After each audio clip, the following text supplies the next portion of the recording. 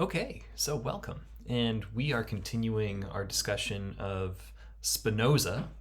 Uh, we got some of the big questions about Spinoza out last time uh, when we looked at Spinoza's rather famous and interesting argument that there is only one substance, and that everything that exists, everything that you know of in this universe, we might think of as a mode of the one big substance. So the idea is you and me, or the computer that you're looking at, or this tiny stapler. Well, all of these things are part of the one big infinite thing, which is that which undergirds all of reality. Right? So that's the big idea for Spinoza, that there is only one substance, and that everything else should be understood as a modification or a mode or an aspect of that infinite. So for this plan, we're going to see how Spinoza can take these ideas a little bit further, right? So we've got this view that there is only one substance, there is only one big thing. We should also notice that Spinoza will call that one big thing God, although Spinoza's picture of God is quite different from the picture of God that you might have heard within the Judeo-Christian tradition or within church. Because for Spinoza, God is not like a person. So not only does God not have a gender, or God does not have a body, but we might also say, not like a human body, I mean to say. But Spinoza will even go so far to say that God does not have an intellect or a will or human emotions. And that insofar as we attribute a will and an intellect and human emotions to God, we are committing the error of what's sometimes called anthropomorphization. When we anthropomorphize things, we are treating non-human things like they are humans. Right? So, for instance, my dog, who I can see just off screen there he is. Right there. There's my dog. I could be anthropomorphizing my dog if I were to, for instance, attribute specifically human emotions to him. Well, we can do that with God too. We can forget that human nature is just one aspect of reality, and we tend to overgeneralize it. But now that we have that picture on the board, we can also then think about the mind-body relationship and free will. Some of the big perennial questions of early modern philosophy. And here's another thing that you might have wondered about Spinoza's book, The Ethics. Well, it's a book called The Ethics. Ethics is usually considered to be the study of right and wrong, or the study of how to live. And Spinoza is giving us all these definitions of substances and attributes and modes. That seems metaphysical rather than ethical.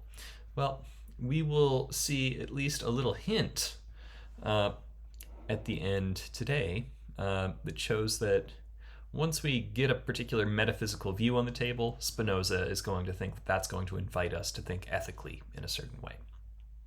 So, here's a quick recap of some of the things that you may have taken away from part one. Not only does Spinoza think that there's one big thing, Spinoza is also very moved by, and his thought is guided by what philosophers will sometimes call the principle of sufficient reason. And this is the view that every fact has an explanation, right? Another way of putting this is that nothing happens for no reason. Looks like I have a little typo here. So I'm going to fix that typo. What I should have said here is every fact has an explanation, and those explanations can be made intelligible to us. Excuse my error there, but I'm glad to have the opportunity to fix it up. So, every fact has an explanation. That is, nothing happens for no reason, and those explanations can be made intelligible to us. So for every reason that something happens, we should be able to see those reasons. Two, Spinoza has this idea of attributes, right?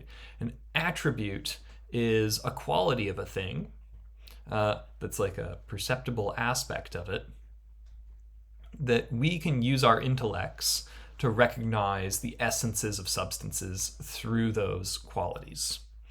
And we saw this line of thought with Descartes already, where Descartes told us, for instance, that extension, that is taking up space, is what we might say an attribute of material substance, right?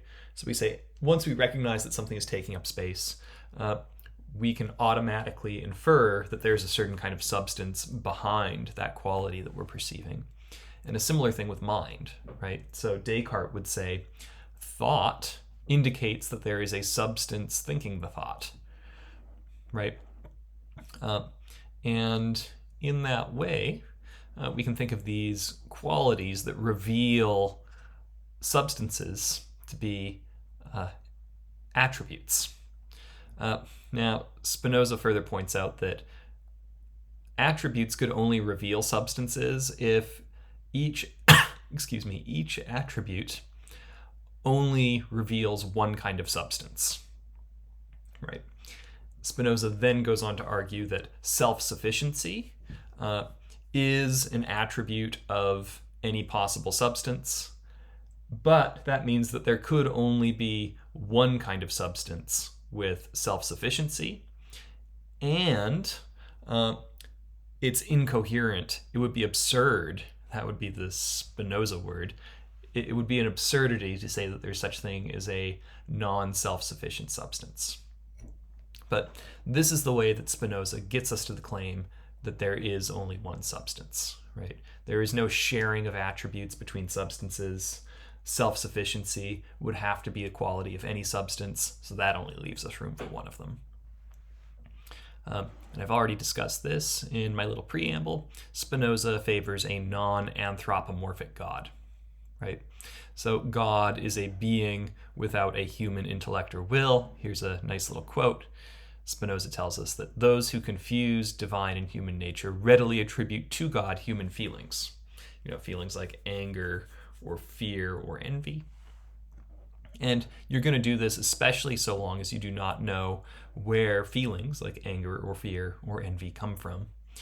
Largely, those kinds of emotions come from human limitations. God doesn't have any of those. So it would be a mistake to think of God as, for instance, a fearful being. Okay, so that's where we got last time. How do the mind and body relate for Spinoza? Well, remember our key idea is that there is one substance, but that one substance has all the possible attributes. So any quality that could reveal a substance would be a quality revealing the substance that is God, right? But each attribute can be conceived through itself. So to look at this mechanical pencil here, its colors and its weight, those both reveal a substance on Spinozistic thinking. There has to be something about them, a fundamental reality that makes this pencil, for instance, purple and green, and there are also some qualities of it that make it weigh, who knows, 20 grams. But we should notice that I can think about the weight of the pencil in a way that's completely independent of its colors and vice versa, right? So we could say that all attributes can be conceived through themselves and don't have to be thought about in terms of the other thing. Now, Spinoza is going to say, look, when we think about thinking and extension, And he thinks that these are the essences of mind and body, just like Descartes did, right? But insofar as these are attributes, they are attributes of one substance, not two substances. So Descartes thought that thought and extension were attributes of separate substances. Well, Spinoza is going to think that thought and extension are attributes of one and the same substance. We can think about them completely separately, even though they are qualities of the same thing. So yeah, at part 2, propositions 1 to 2, so that's how we do our annotation, or from page 389 to 90 in our textbook by Shapiro and Lascano. Right. We note that extension and thought are both attributes of God. Here's how Spinoza puts it at proposition 6. Things represented in ideas followed are deduced from their attributes in the same manner and with the same necessity as we have shown ideas to follow from the attribute of thought. So here, Spinoza is telling us that when you represent a thing with your thinking, well, you are sort of coming to realize that there's a thing through its attributes. And you're doing that in the same way that you recognize certain ideas are going to follow from the attribute of thought. All right, so these are both attributes of the one substance that is God. And, we could think of like our system of representing things in our ideas and the way that ideas fit together. These are systems of representing things and fitting them together. Now, why is this important? Well, as we note, thought and extension are attributes of one substance. And we might say that we can alternate between seeing a thing under the attribute of thought or under the attribute of extension. So here's one example. There are really interesting studies being done now where they try to physically map out the mind.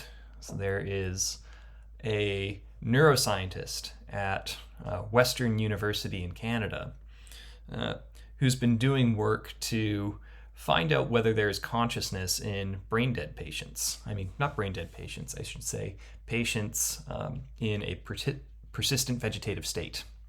He's trying to figure out whether they have consciousness.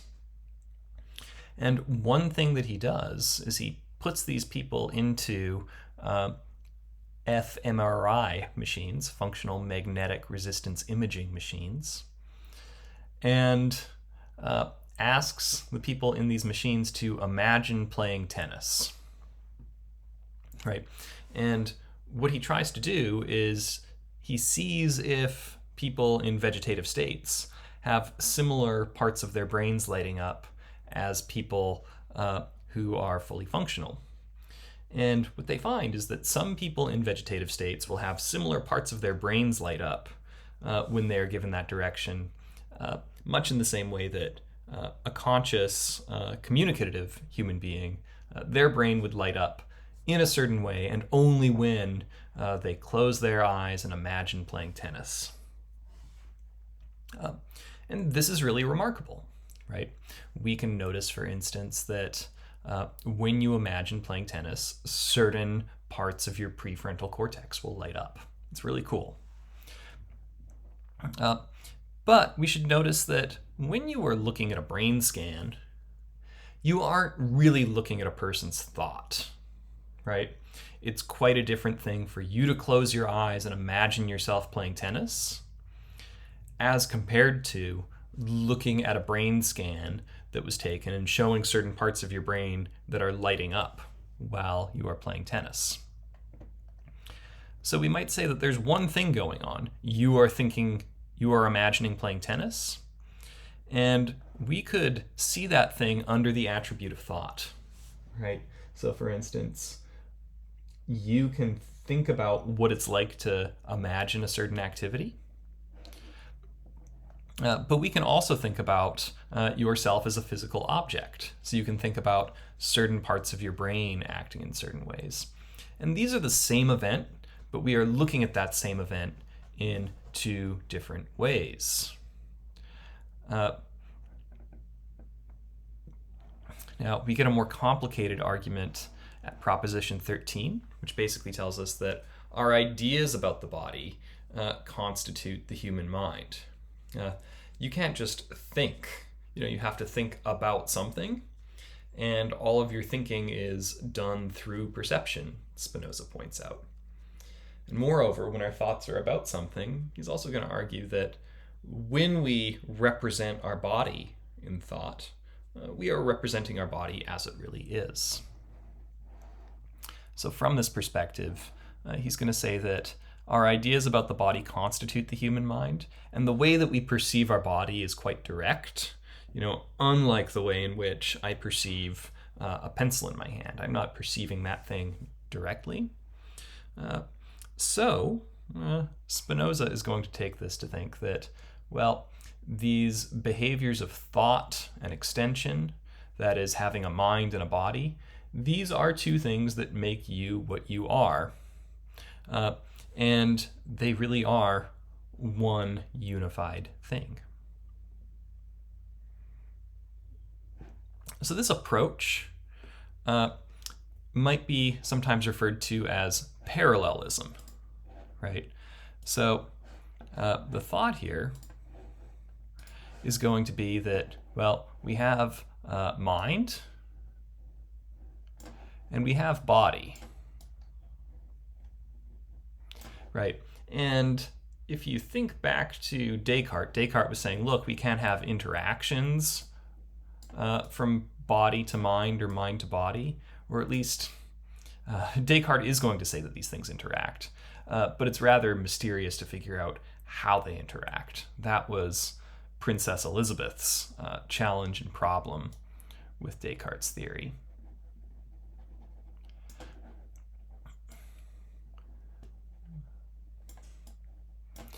But Spinoza is going to say, look, we could have this thing, we'll call it God, or the one infinite substance, and we could say that this totality of reality, the whole of nature, gives rise to minds, it gives rise to thinking. That's part of nature. And Spinoza is going to say that body is also something that reality, the infinite God, is giving rise to. And we might say that these are two dual aspects. You can understand them separately from one another, and when we try to translate between the two things, it can get rather confusing. This is why it gets rather confusing to say, for instance, that a particular brain scan is a thought. Well, we might think that that's just a bodily representation of a thing that's fundamentally different, a mental thing. But Spinoza can say, maybe mind and body are functioning in parallel. There's not a direct interaction between them as things that are separate attributes, but they do have a common cause, right? And that would be God.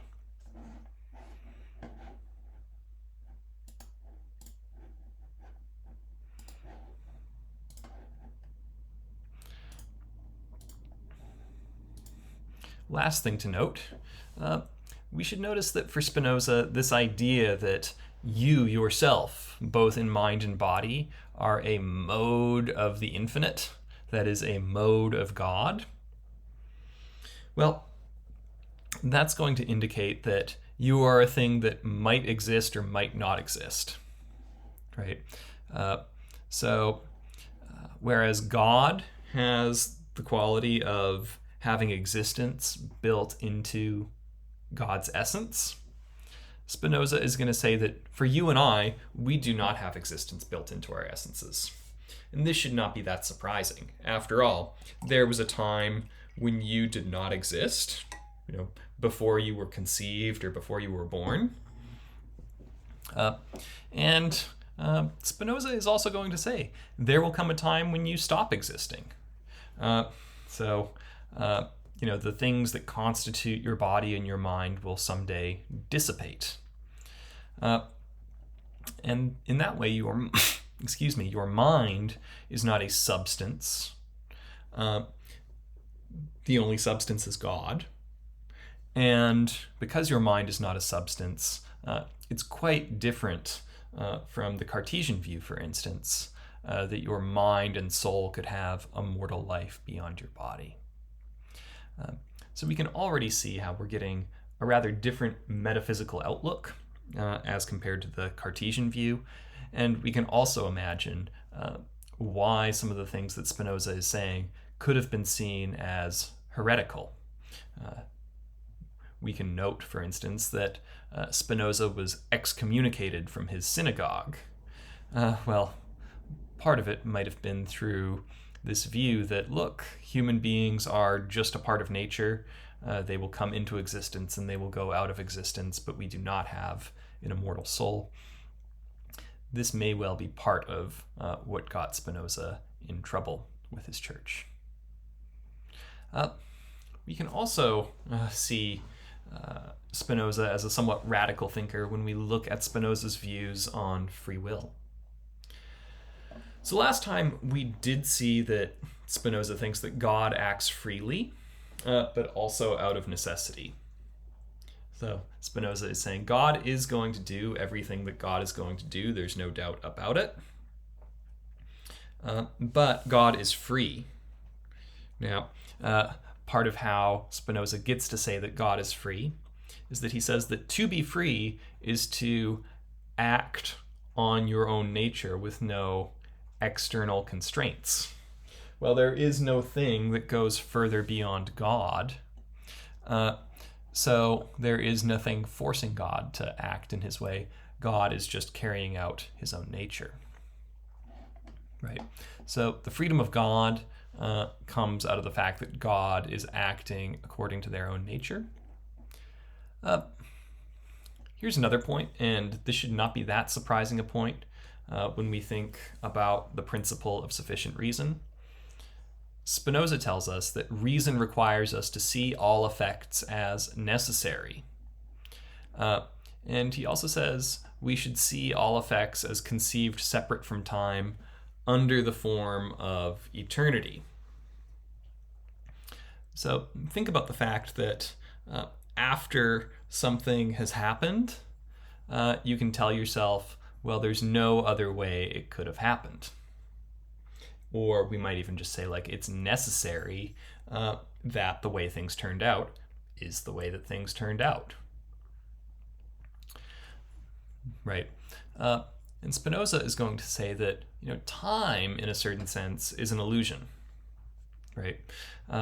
That a series of events has necessary connections between each of them, and the reasonable thing to think is that every subsequent event is a necessary consequence of the starting point.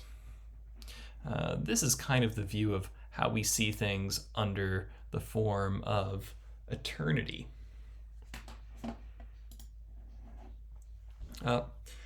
So this is a deterministic view about free will.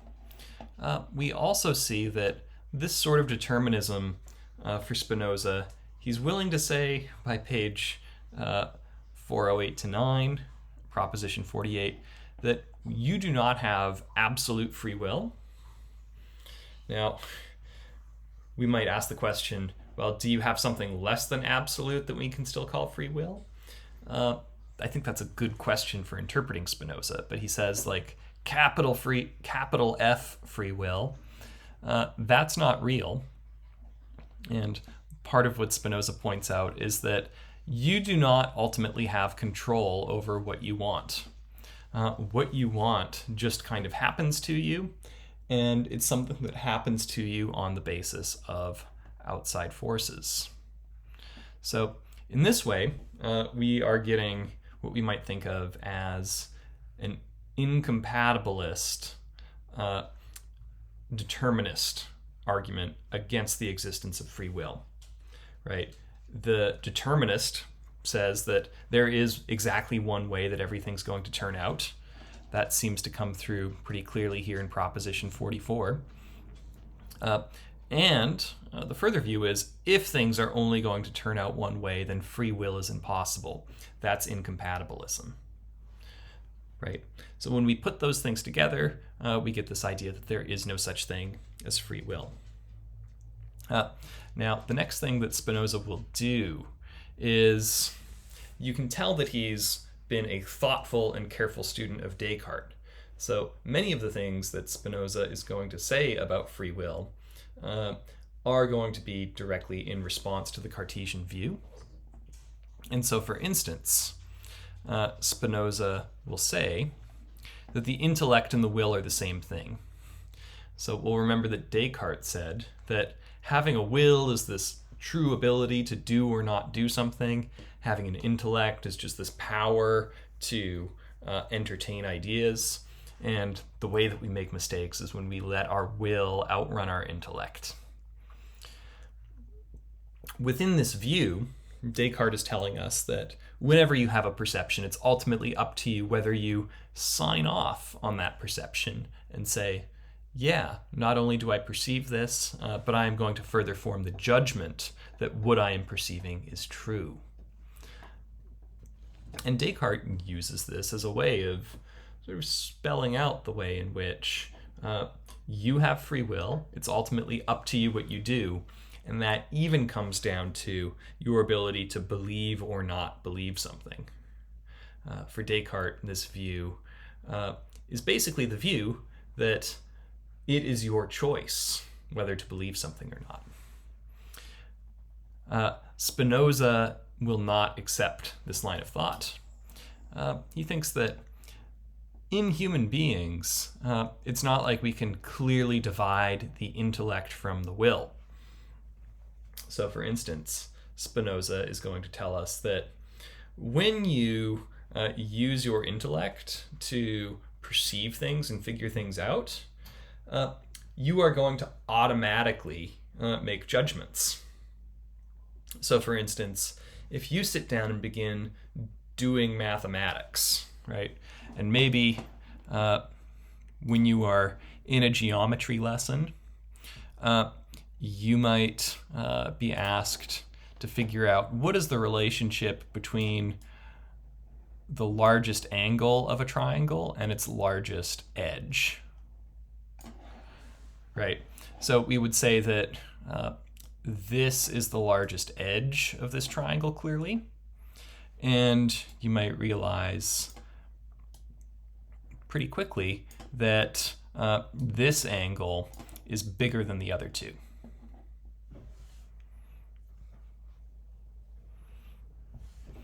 Now, maybe I should draw a different triangle. I'm starting to wonder if maybe I didn't draw this one clearly enough to make the point.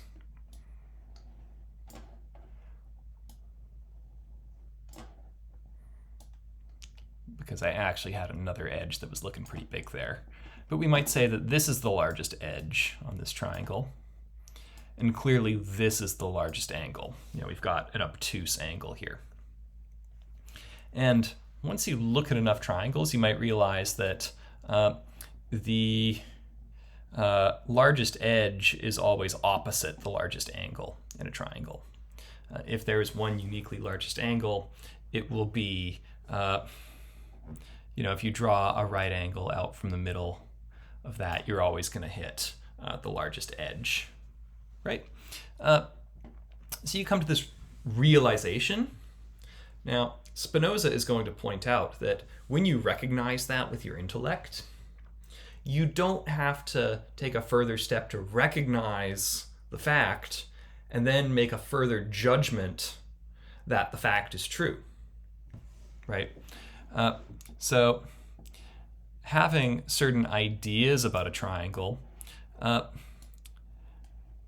that's going to automatically, you get them for free, these affirmations about a triangle. So this is quite different from the doxastic voluntarist view. I'll even write the name of that view. So Descartes is a doxastic voluntarist.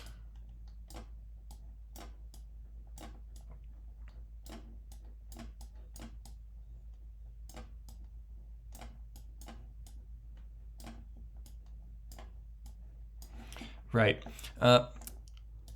Doxastic just means belief, and of course voluntarist means you are a theorist of voluntariness, right? So that's Descartes. Descartes says that, what you believe is ultimately a matter of your will. Spinoza is going to be an involuntarist, right? So whereas Descartes is a doxastic voluntarist, Spinoza is going to be a doxastic involuntarist. Having certain perceptions is just going to automatically lead you to believe certain things. And in this way, whereas Descartes sees a split between your perceptions and your judgments or your decisions, Spinoza is going to see unity, right? So Spinoza is going to say, in fact, your judgments and your perceptions are really two aspects of one and the same thing. And this is going to undercut, we might imagine, this doxastic involuntarist picture. That's going to undercut the Cartesian view. Whereas Descartes is quick to see dualities. We might think that Spinoza is quick to see unities. But along with this, he's going to say, look, human beings, our thoughts and our perceptions and our judgments and our decisions, we are just yet one another part of nature. And in this sense, there is no such thing as the kind of free will that Descartes was trying to convince us that we had. Now, we'll just end with this. When we think about Spinoza, we might think of him as a very metaphysical philosopher, but his book is called The Ethics. So we might ask the question, what's so ethical about the ethics? Well, I think that we get an interesting little hint at the end of part 2. So Spinoza thinks that we can learn some ethical lessons once we accept that we have no free will. He's going to say that, look, we all act only according to God's will. So we might be a little bit more forgiving of ourselves and other people when we realize that, well, we are one part of nature and everything that we do had to happen because it's part of God or nature. And we should also notice that everything shares in the divine nature. So instead of thinking ourselves to be fallen sinners, we might think, well, actually, no, we have something divine in each of us.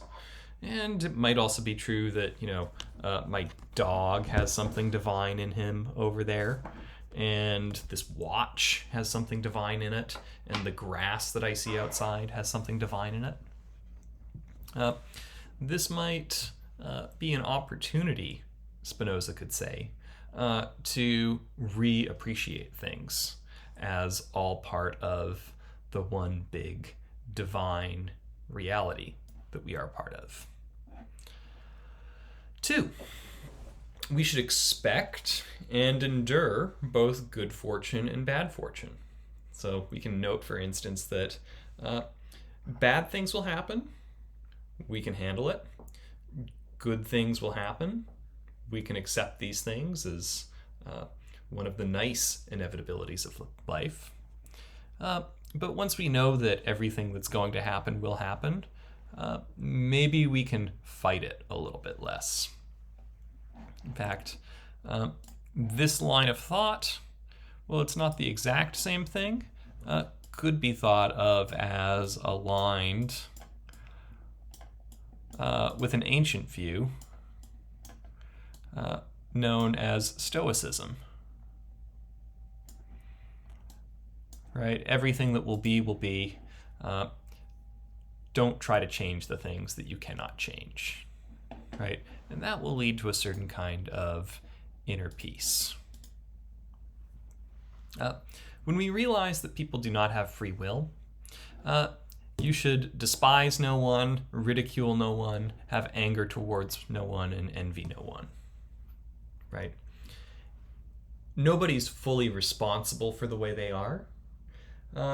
And to the extent that we stop seeing people as discrete, separate, choosing agents, and rather just another part of nature, you might find yourself with a little less hatred in your heart.